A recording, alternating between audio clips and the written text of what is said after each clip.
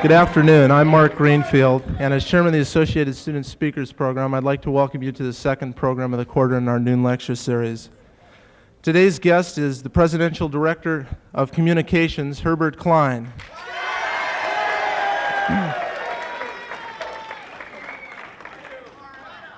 Mr. Klein is a Californian, born in Los Angeles, and graduated from the University of Southern California.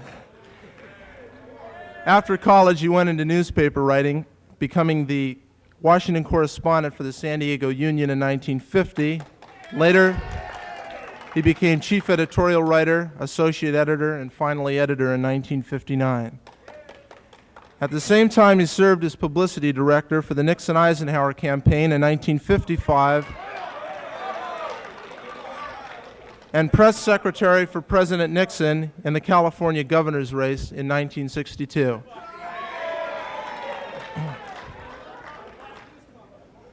Mr. Klein will be speaking for approximately a half an hour, and after which time we'll entertain questions from the floor. I take pleasure in introducing to you Mr. Herbert Klein.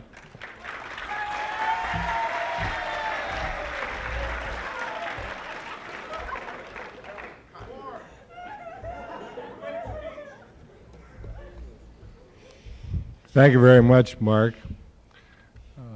Ladies and gentlemen from UCLA, it's a great privilege for me to be here and have this opportunity to speak with you. It's not often that I gather you allow someone from USC to come on out here under peaceful means. I might do that. Speaking to you, I'm reminded a little bit of the advice, and particularly since here the story I heard one time about the parrot who was living in the loft of a nightclub, and the nightclub was burned on a Saturday night, and so the parrot was forced to flee and go out in the smoke. And the first place he found refuge was in the loft of a church nearby. He woke up early in the morning and he looked down with one eye and saw the minister coming in, and he said, the bartender's changed a little bit. He looked down again and the organist was coming in, and he said, they don't have much zip. He looked down again and the choir came in, and he said, the chorus girls have changed considerably. He looked down at the crowd again a little later, and as the congregation came in, he said, same old crowd.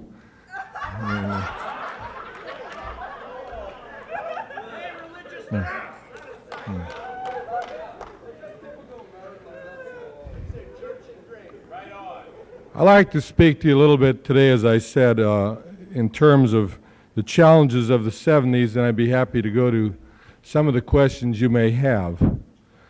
I think that first of all, I'd like to say on a personal note that UCLA should be very proud of the representatives they have who are serving in this administration. One of your former student body presidents, Mr. Jeff Donfeld, is serving as a staff assistant to the president.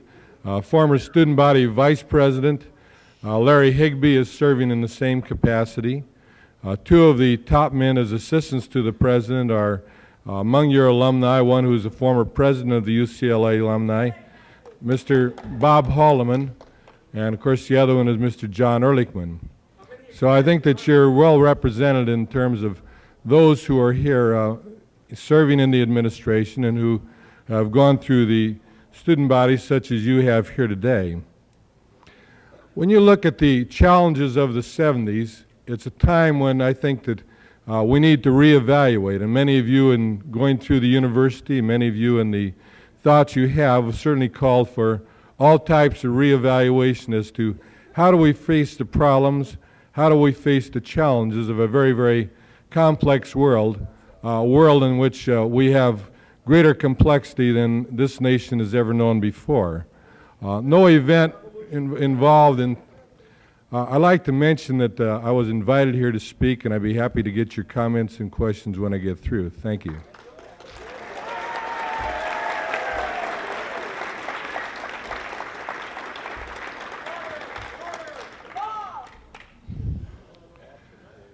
As I was saying, as I was commenting in terms of the complexities of the age, some of which are involved in this attempt to speak to you this morning, I'd have to say that I believe anyone who looked fairly at history would say that never before have people been faced with a more complex time, and yet an opportune time, a time when there's an opportunity to move ahead in many, many ways to seek the goals which all of us hope to achieve in the period as we move into this challenging era of the 70s. Many of you have raised questions as to whether or not it's possible to govern in an age today, and certainly this is a question worth examining.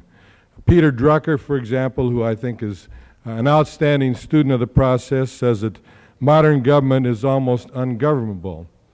His thesis is that we can't approach problems of today with the same structure we used in the days of perhaps Franklin Roosevelt, but that government today, which is directed toward the problems ahead, has to be directed in a form almost as if this was the year 2000. There have been many others who've made similar observations. Mr. George Reedy, who just published the book, The Twilight of the Presidency, makes this type of observation. I was talking to a governor of one of the western states in just recent weeks, and he looked at the problem of public strikes, the problem of how do we move ahead in terms of welfare and other programs, integration of our schools, and he also made the remark that he wondered, today, is government soluble? Is it possible to govern itself? I think that if you look at some of the alternatives that perhaps you would choose, I would have to reject them. I'd have to reject anarchy of either the left or the right. I believe that the means to move ahead is to find the way to come up with new ideas, ideas which perhaps 5 years or 10 years ago would have been rejected. Ideas which come from young people such as yourselves who are unwilling to accept the old syndromes and who are willing to come forth with programs and proposals, many of which I would hope would be constructive in the things we can move ahead on. Dr. Pat Moynihan, who's one of the leading members of the White House staff, recently observed that one of the things we almost have to do to solve the problems of today is to add up all the things which seem logical, discard the logical, and then try to approach the problems from a new way. And I think in many, many cases this really is the only way that we can get at problems today, if we discard those things which are the syndromes of the past and move into the areas where we can find better means with new ideas of going ahead in that way. The problems we have, let me just give, for example, the problem of population expansion, which certainly is one that I think is going to require a lot of new possibilities, a lot of new ideas if we're to get into that kind of a thing. Population expansion, if you look at it, in the year 1917, after almost 300 years in this country, our nation reached the population of 100 million people. And just 50 years later, in 1967, the population was up to 200 million people. And if population continues to increase in the manner in which it is going forward today, by the year 2000, the population of our country will be 300 million people. Now, the problem when you get to this is, what do you do in terms of solving that kind of problem? How do you handle the matter of taking care of the expanded population as to where it should be, as to how do you provide jobs, how do you provide the air transportation and the other things which become very, very complex in terms of government itself. One of the ways in which you'd have to do this is first look at what role can the government have in terms of where do you locate these buildings, the buildings that the federal government will build in terms of as I said, I'd be happy to have you have an opportunity to speak when I get through, and thank you very much. I was referring to the fact that the federal government has a key role in terms of where can it locate buildings employing federal employees, which can be a part of perhaps bringing more employment into the ghetto, perhaps of expanding other cities all the way around. If you look at the fact that, say, you've got a plant which would take 4,000 people for a major government installation. If you put that building in the ghetto where certainly there's a need for more jobs, you then get into a more complicated and more dense situation, which involves greater pollution of the atmosphere, both air and water, and greater highway congestion. It involves those kind of things which accentuate rather than decentuate the problems of the great congestion we see growing in our cities today. If you locate that installation in another area, say in a medium-sized area, in the Midwest or somewhere else, you have the opportunity then of building from that in terms of where can you enlarge the proper city, and where can you put airports which will serve it, and eventually you'd bring more industry, more universities to surround that area. On the other hand, perhaps a solution, if you look really a long way ahead in terms of the population expansion, would be to move into a small city or to move into one which is not yet existent, one which you want to build as a new town. These are some of the complicated things which I think evolve the opportunity for new ideas. They certainly need new approaches if we're to solve this type of problem for the country and lead it ahead. You look at the role of young people, and the age of the average White House staffer today is 39 and a half. Many of the leaders on the White House staff are below the age of 25. Many of those are below the age of 30, so that there's a real opportunity for young men and young ladies who would like to make a constructive effort to look at these problems which are ahead, to move forward into the program and to have a real major role in developing programs which will serve your community as you become those who lead this country in the years ahead. One of the problems in any government, and one of the problems which certainly faced President Johnson to an overwhelming degree, is how do you maintain credibility in the government itself?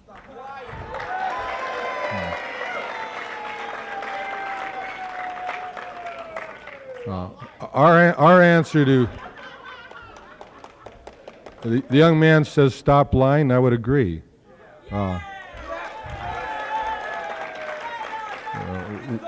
One of the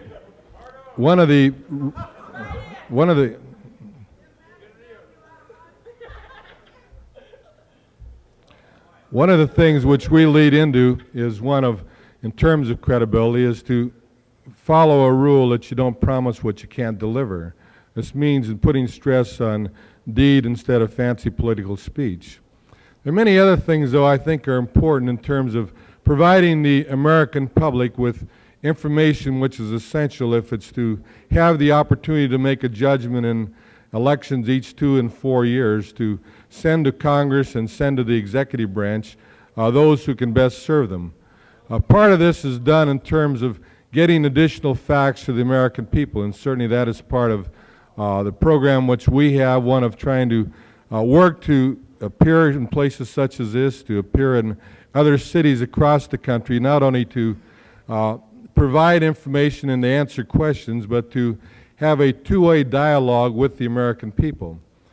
We feel that it's essential that you develop a better means of not only speaking to the American people, but of understanding the things which are coming back if you're going to establish the kind of communication which is essential in meeting the challenges of the 70s, meeting government problems today. I believe that one of the best ways to do this is in terms of smile dialogue sessions rather than in terms of massive meetings. We've had many meetings with leaders of your community. We've had students from UCLA and others who've been on various sides of the question, who've come in small sessions, met with myself and other leaders in the White House to try to give us their point of view and to try to give us an opportunity to better understand the type of feeling they have and to perhaps understand a little bit in terms of those things we have to set forth as the role we believe all the way through should be carried forth. Any type of communication certainly you have to look at as to what is the role of the press, because if you're looking at the office of the presidency, certainly you need also to look at the means that the American people have of finding out what happens in government itself. And the only viable mass means is what you see on television or what you read in your newspapers and magazines. I believe that the need today in terms of development of the press and its ability to interpret government and its complex things is to develop a better ability to interpret, to provide background, to delve into the deeper facets of government in such a way that the American public can be presented with not only just what the government says in terms of the handouts and the releases, but the press has a very major role also in terms of what it does in looking at the in-depth problems that all of us face in looking at the various directions government can take. It's an amazing thing, but government over many, many years has not really been reorganized to meet the challenges of the 70s. The last major reorganization of the government was in 1930. That was at a time when the federal budget was $10 billion as opposed to $200 billion today. It was a time when there were 1 million federal employees as opposed to 2.5 million federal employees today. We have before the Congress at this moment a program which we believe makes a major start toward bringing the structure of government up to the date, up to the time when it can meet the problems we're discussing. One facet of this is to look at the great cross-complexity of the government departments we have to now. We've added 4 government departments in the last 8 years. The need in doing this is to analyze better how we can make their programs effective and how that they work through the bureaucracy, a bureaucracy which sometimes threatens to choke programs in terms of how do we get new ideas in, how do we get them moving forward in the things that we want to do. Some of the problems in leading the country are ones of how do you maintain the role of leadership in a very complex time for the president. If you look in terms of those who've lost the ability to lead and those who therefore were unable to govern satisfactorily, perhaps 2 of the most recent examples would be those of Herbert Hoover and Lyndon Johnson.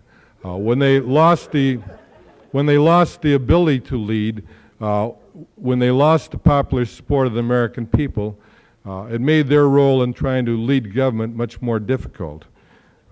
We believe that a president today must be an activist president, a president who will face up to problems and take active leadership with programs which move forward. Now this goes, if you look back, perhaps the division which took place in terms of a historic reference of which form of presidency you take, your history will show, I think, that the last of the non-activists was Taft, and we moved forward perhaps first in the days of Teddy Roosevelt, then Franklin Roosevelt, and so that this has been the trend which has taken place in government itself. Many of you have mentioned Judge Carswell as I listen to your comments here.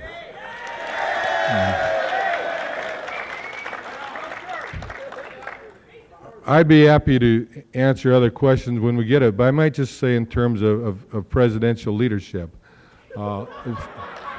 It's the role of the president to seek the man who he thinks is best. It's the role of the Senate to make a decision one way or the other on that nomination. This is a process of government which I think is an adequate one. I think it's a process which serves the country well. And I think as long as we talk in terms of a freedom of a country, certainly you have a right to disagree with the choice. But certainly the president has a constitutional responsibility to come forth with those who he thinks will guide the Supreme Court in the best fashion and submit those names to the Congress. The next nominee he has, I'd say, would again be a man who's what we'd call a strict constructionist, one we believe would bring better balance to the court of the United States.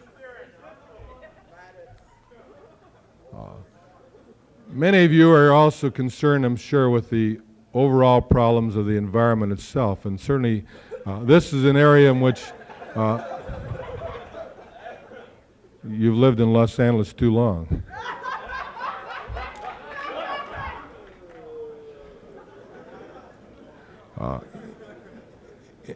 In terms of the environment itself, this certainly is an area which government has been too slow in getting into. It's one which I believe now we ought to move forward in meaningful programs to catch up with a time where we'll never reach the opportunity to get to the year 2000, which I was talking about before.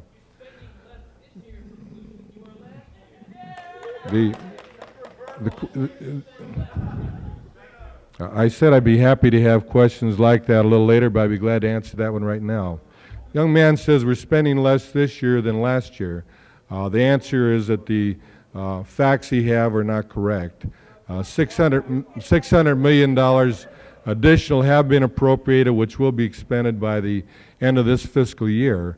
Going forth from that, we have a $10 billion a year program, which will be spent by federal, local, and state government.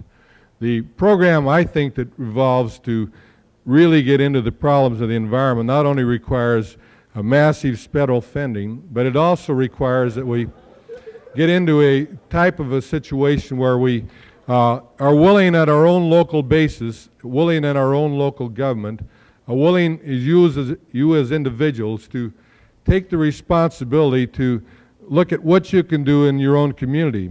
What have you done in your own community in terms of cleaning up the atmosphere in your own town, in your own block?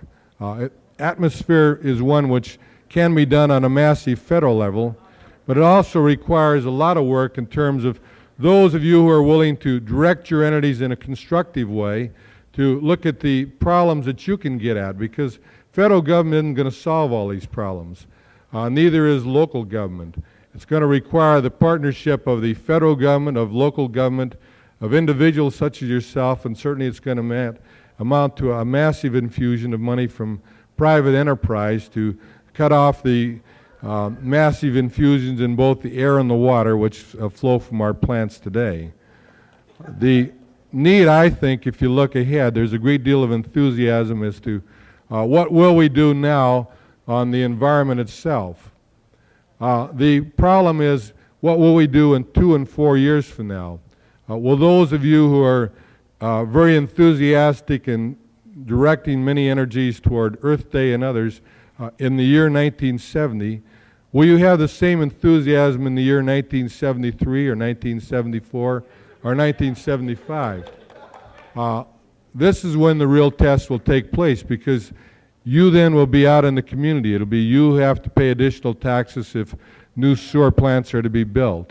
It'll be you who have to pay additional money for perhaps unconventional automobiles which will delete the pollution of the atmosphere which they create at this time.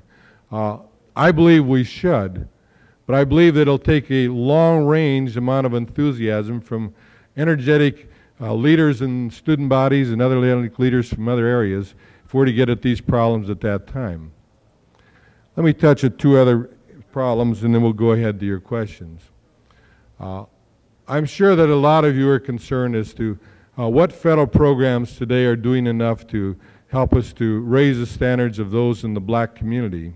What programs do we have which are aimed at giving these people a chance to climb out of the ghetto and move into more active and productive roles? One of the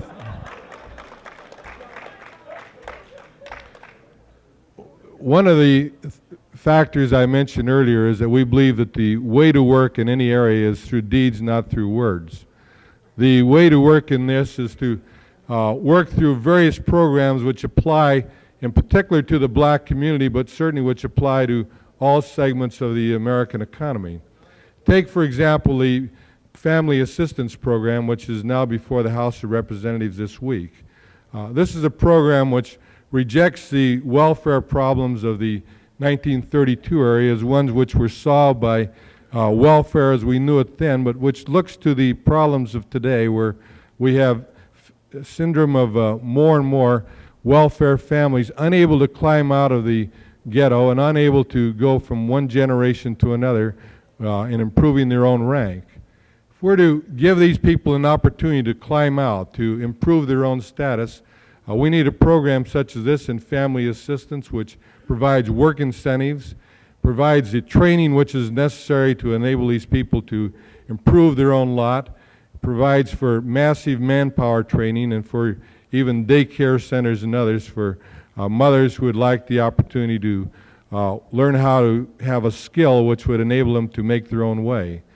This is what I refer to in terms of the type of new program, the type which is necessary if we're to meet these kind of challenges we have in this age. We have other programs such as the Philadelphia Plan, which is one aimed at breakthroughs in terms of labor relations. For too many years, the construction unions, for example, have barred blacks from membership in their union to any major degree. We think it's time that we gave blacks the opportunity to learn the trades and to learn the skills which will give them an opportunity to, again, improve their lot, to play a more useful role in society itself. There are many other programs such as this I could refer to in terms of manpower and actual people power, programs aimed at the very humane qualities which we think are essential if you have a government which would react properly today. Let me just close with these final comments. Not long ago, we sat in our living rooms and we saw two men walk across the surface of the moon, and as we looked in our television set. During the period of the 1960s, we've had many opportunities and many problems, but we've achieved great things in terms of science.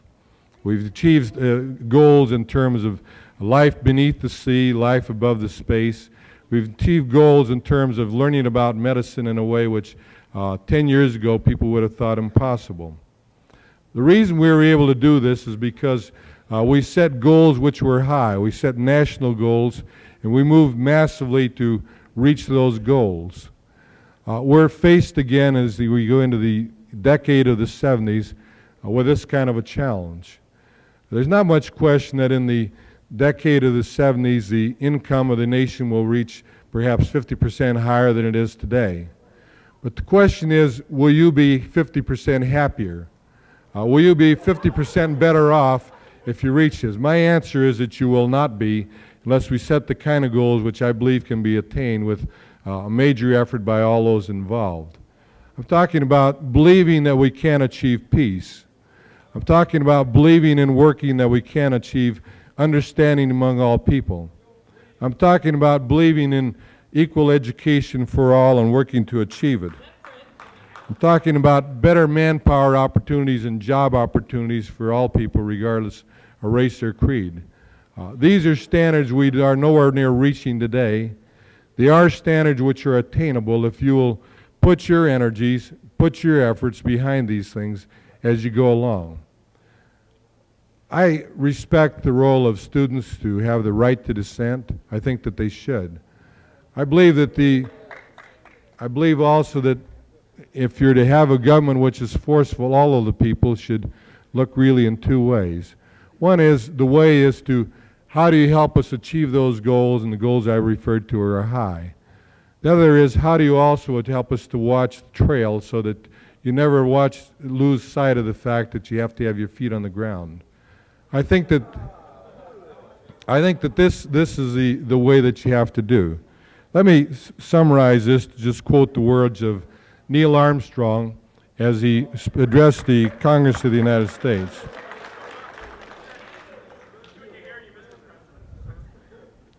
Neil Armstrong said, speaking of his two young sons who'd gone to the Continental Divide with him, he said, they were looking at the wonders of nature and looking for the deer and the elk.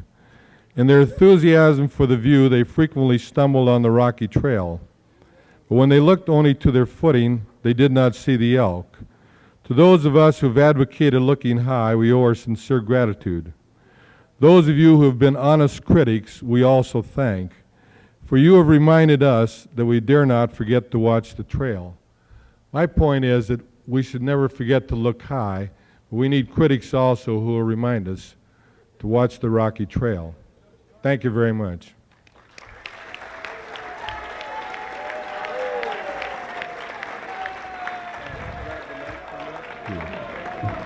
Yes, sir. Excuse me just a moment. We have ushers with hand mics, and If you'd like to question, I'd appreciate it if you'd raise your hand and get a mic to you so that everyone in the audience can hear those questions. And I think if you can get a mic to the gentleman in the blue coat back here first, we'll start with him. And please question at the mic so everyone can hear your question.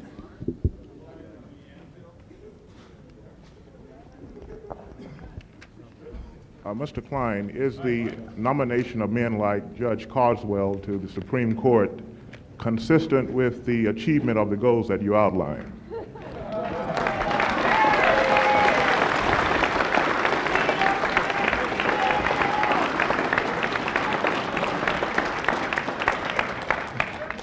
I wasn't positive. I heard the last part, so let me repeat the last part. You were saying, was the Carswell nomination consistent with the goals I outlined?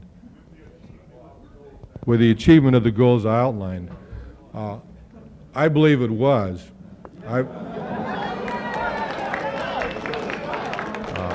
recognize the fact that you disagree, and I certainly respect that also. The reason I think that it was is that I believe it's one of the best things you can have if you have someone who admits he was wrong at one time, and such as in the speech which Judge Carswell made in 1948, one which I would certainly deplore, one which he had the knowledge and the ability to rise above and recognize facts as they are. And I think that if you look at many of those who are on the Supreme Court who have rendered very fine rulings in terms of achieving the goals you're talking about of equal opportunity and equal education for all Americans, many of those have been men also who said things in the years past which they live to regret. I believe that he was the type of man who had learned that lesson and would have done an adequate and very fair job on the Supreme Court. We need very good men, and I believe he would have been one.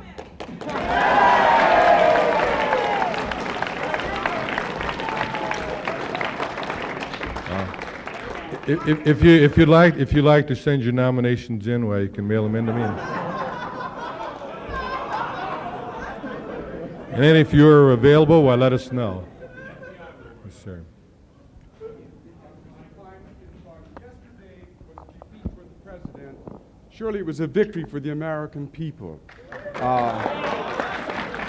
Do you think that the president, after that vote, realizes that the members of his own party and the nation will be conservative, but they want to be moderate and will not accept his whistling Dixie? I think the thing about whistling Dixie is one that's greatly overrated, and let me answer your question in two aspects. One, the effort on the Supreme Court is to follow the mandate of the American people in the election in 1968, which was that they'd like additional balance on the court. Additional balance, I believe, includes moderation such as you state. You evaluate his record one way, I do another. In terms of the question that you raised, and I would assume you're talking about Southern strategy and the like, no national party can survive with a one-section strategy. Certainly the President does not propose that we will be guided by Southern strategy, and I read about this greatly in the press and never hear about it in the councils of government in which I participate. National strategy has to be based on a party which will encompass all sections of the country. With a two-party system also, you have to recognize and encourage the fact that you'll have a broad spectrum within that party. We have liberals and conservatives in both parties, and I think this is to be encouraged. The vote yesterday wasn't so much a partisan one, but a separation of liberals and conservatives in many ways. I think the program that we need to go forth with as a national party or as an administration in either way is one which recognizes the needs on an equal basis of all parts of the country, recognizes the problems in all parts of the country on an equal basis. So again, you don't single out one section for either exceptional opportunity or also exceptional punishment. I think both things are in the same realm. Yes. After listening to you for about 30 minutes, Mr. Klein, I'm very saddened that you came here a very well-polished public relations man and expect us to accept very nonchalantly, the cliches that you were throwing out at us. You told us that things are getting better, at least you implied that, thanks to your leadership as well as others in the White House, and you told us that you were a leader. I think if we look at the things that you and your other friends in the White House and government and business have led us into, we can be even more saddened. We've seen that strikes recently have greatly increased over the past few years. We've seen that wages, real wages in this country, have decreased, have gone down. We've seen how you've led us into the realms of pollution, offering no alternatives to the pollution that threatens to wipe us out in a very few years. We've seen how you've led us forward in racism with your segregation policies and your nomination of Judge Carswell. That's right. Go ahead and speak. We've seen how you've led us forward with racism, how we've seen less blacks in college than there were 20 years ago in this country. We've seen how you haven't done anything to correct the fact that still 13 million people are starving in this country, and that's the truth. Yeah. Could you kind of summarize this up with a question? Yeah. I would like to know how you can have the audacity to come onto this college campus and speak to intelligent people, feed us this bullshit, and expect us to accept it.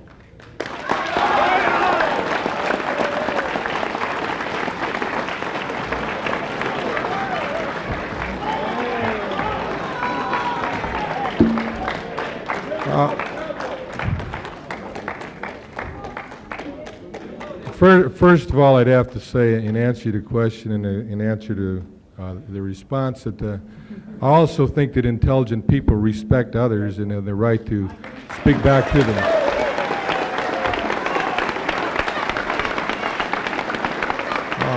One of the real dangers I see today, and I will go to your question in just a minute, is I believe that the lack of a toleration of other people's views is a very great danger. I think that you certainly have I'd like to have the opportunity to finish my answer to his question. I believe that Mayor Lindsay was at Berkeley just a few days ago, and one of the points he raised there was in question of the endanger of liberty of all Americans. He was speaking in terms of some of the legislation which is there. Certainly an equal danger is the danger of not allowing someone who you don't agree with the opportunity to speak and answer your questions in a respectful manner. And I would ask you for that opportunity. Now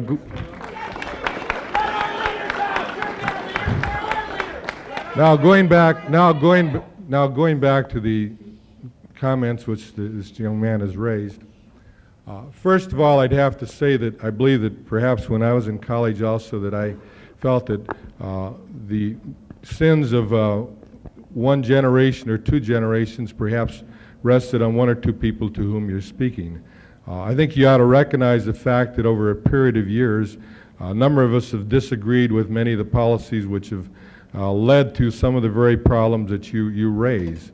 I don't say that the policies of past administrations or the policy of this administration will always be correct, but I can assure you that we're aiming at getting at the very problems that you do. We've been in 1 year.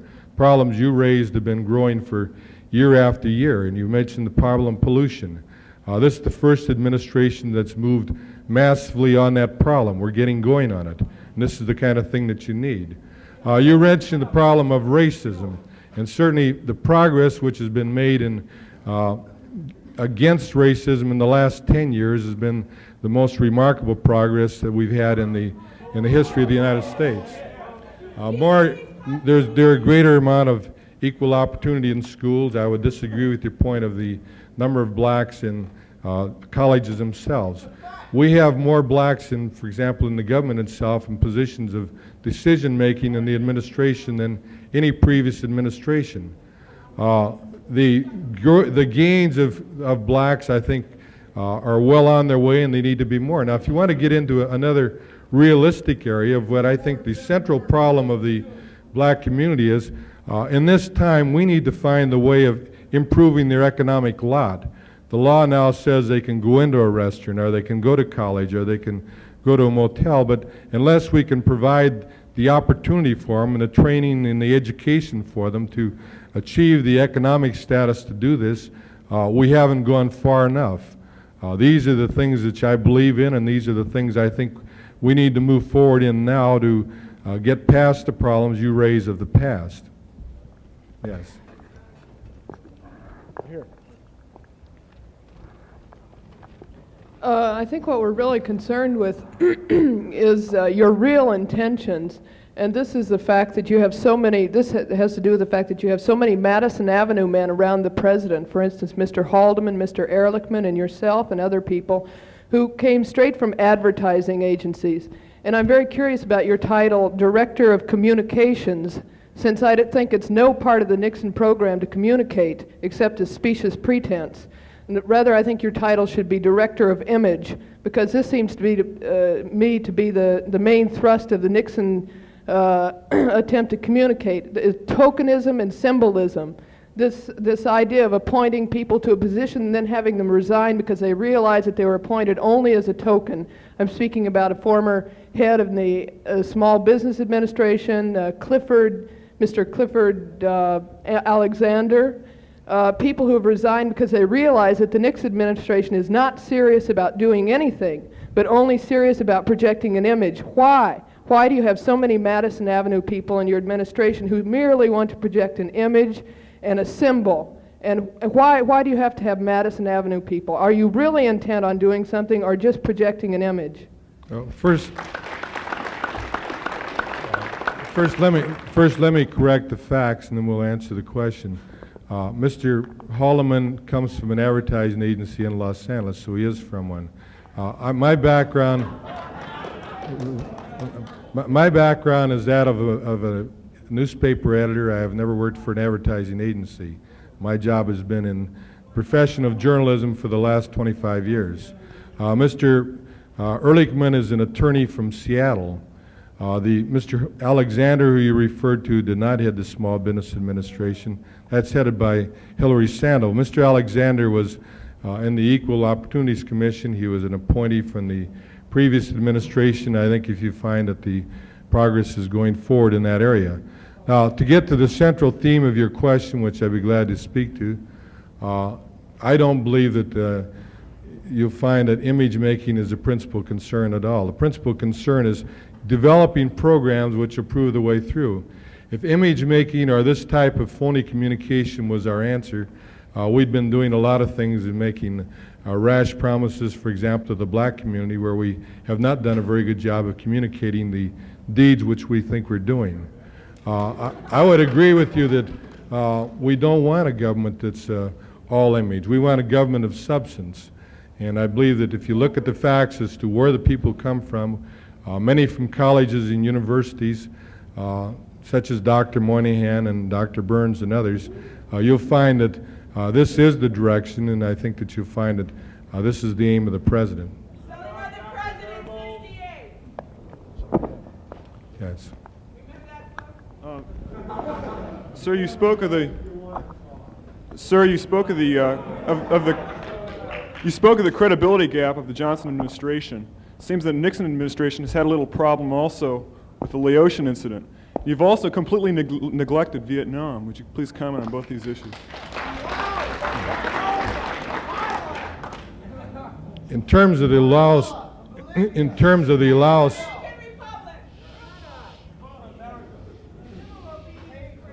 in terms of the geographic lesson, the question was in terms of Laos. Let me speak to that, please.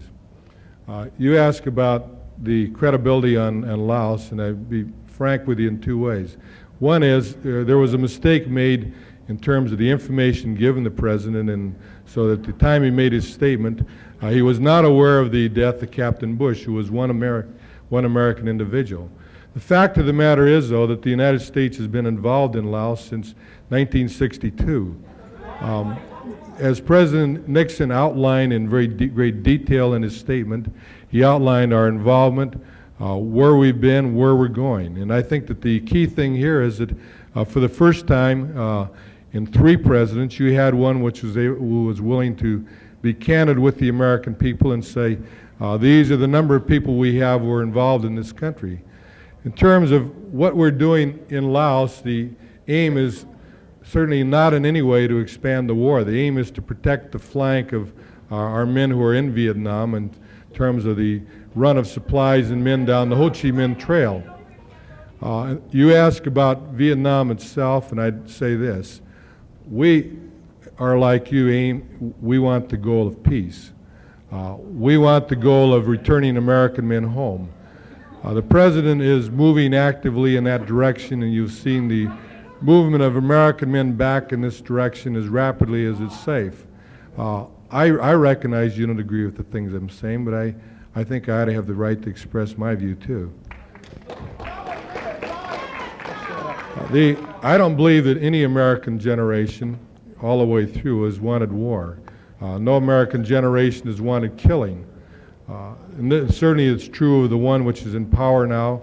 Certainly it'll be true when you are the people who are in power in the years ahead. The main question is, how do you achieve that peace best? How do you achieve it in a way that won't result in additional wars for you and your children in the years ahead, for your younger brothers and sisters? The President has to make decision which he as a ruler believes is the right thing to do, taking all the best.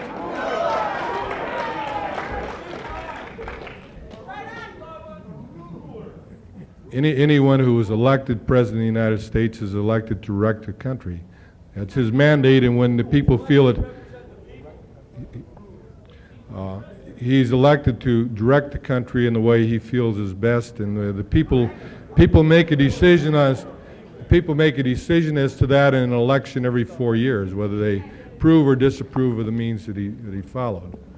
I can only assure you that this is the goal. We believe we're moving realistically toward it. We're moving as rapidly as we feel is safe with all the principles involved. Yes.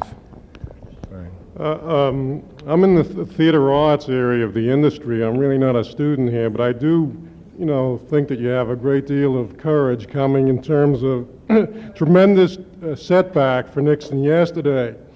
What strikes me today, though, is that you're not gaining really the insight that's occurring. This morning, the Gallup poll revealed that Nixon's popularity has gone down 13 points since February. Second, the rigidity and the inflexibility that's in your mind and probably is in Nixon's mind is expressed by what you said, that you still are seeking a strict constructionist. Now let me tell you what the destiny is of the seat on the court. Traditionally, it was held by men on the caliber of Oliver Wendell Holmes Jr. and then Brandeis, and then it went down to men like Cardozo and Frankfurter, and then, of course, in the maneuvering there, they brought in, R. Kennedy brought in Arthur Goldberg. And what you're failing to do is you don't have a continuity. You don't have a feel, really, on the pulse. You're going your own way. Now, the thing is, anybody who goes their own way, as Nixon has done now, failing to realize what God's way is in destiny, is that men like Hainsworth, men like Carswell, are not the men to go into that court. And you're fighting a pattern that's going against your grain. And you're all going to go down to defeat, humiliating defeat like yesterday.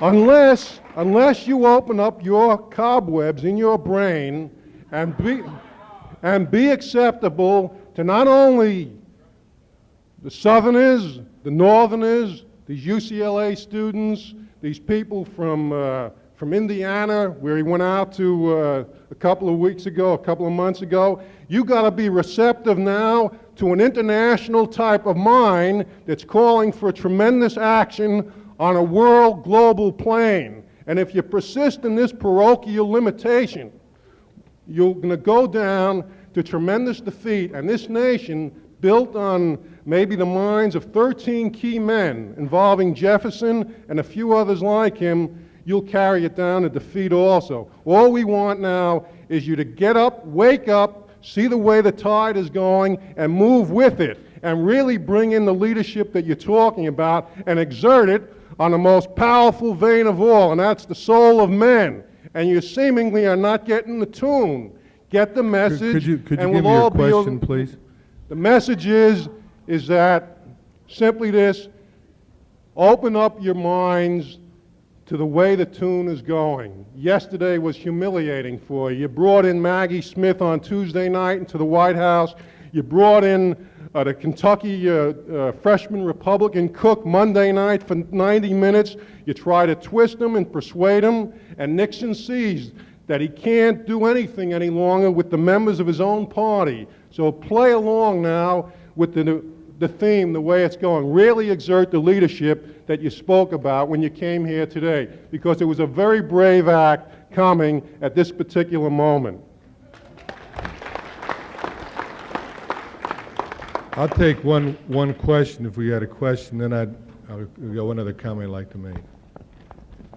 Okay. I'd like to know what the Nixon administration is going to do on his Indian policy and the promises he has made. So far, for Alcatraz, he has proposed to make a national monument and a museum out of it and to put the Indians employed as park rangers. Now, I want to know, is this the kind of action Nixon administration is going to take?